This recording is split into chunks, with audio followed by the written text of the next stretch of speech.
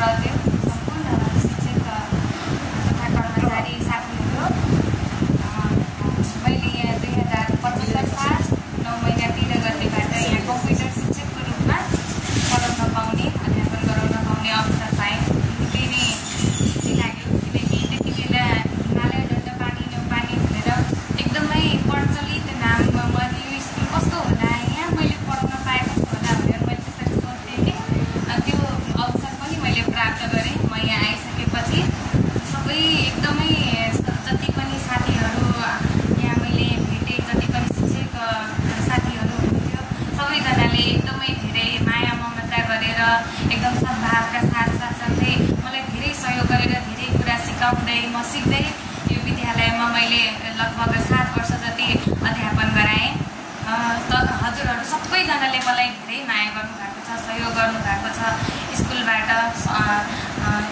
सरले पनि, सहायक सर सबैजनाले धेरै नै सपोर्ट गरेर मलाई आज यहाँसम्म म आएँ है। हजुरहरूको माया ममताले गर्दा फेरि आज यो एउटा नमिठो है बिदाई भन्दाखेरि त बिदाई त होइन, फेरि पछि चाहिँ सधभर है यही पनि सेवा प्रदान गर्न पाउने मौका मिलोस् भन्ने चाहिँ मेरो चाहिँ त्यही छ भविष्यमा पनि। सबै साथीहरूमा, सम्पूर्ण शिक्षक साथीहरूमा धेरै धेरै धन्यवाद।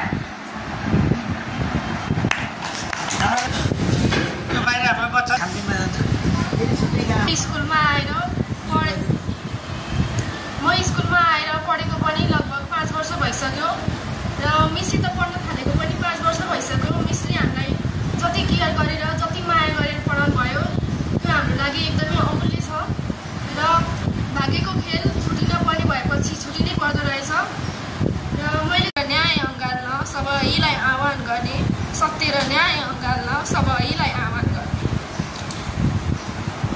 जति पटक सोधे पनि नरिसाई भनिदिने, दुविधामा परेका बेला निर्देशक बनिदिने, दुविधामा परेका बेला निर्देशक बनिदिने।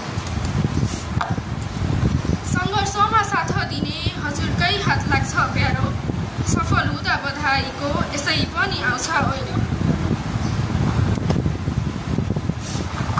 सफल हुँदा बधाईको यसै पनि आउँछ ओइलो।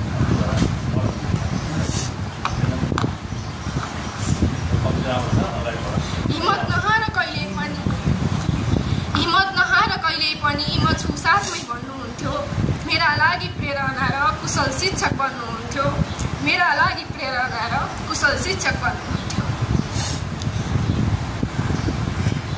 मातृभूमि छोड्नु पर्दा त्यो मन कति रुदो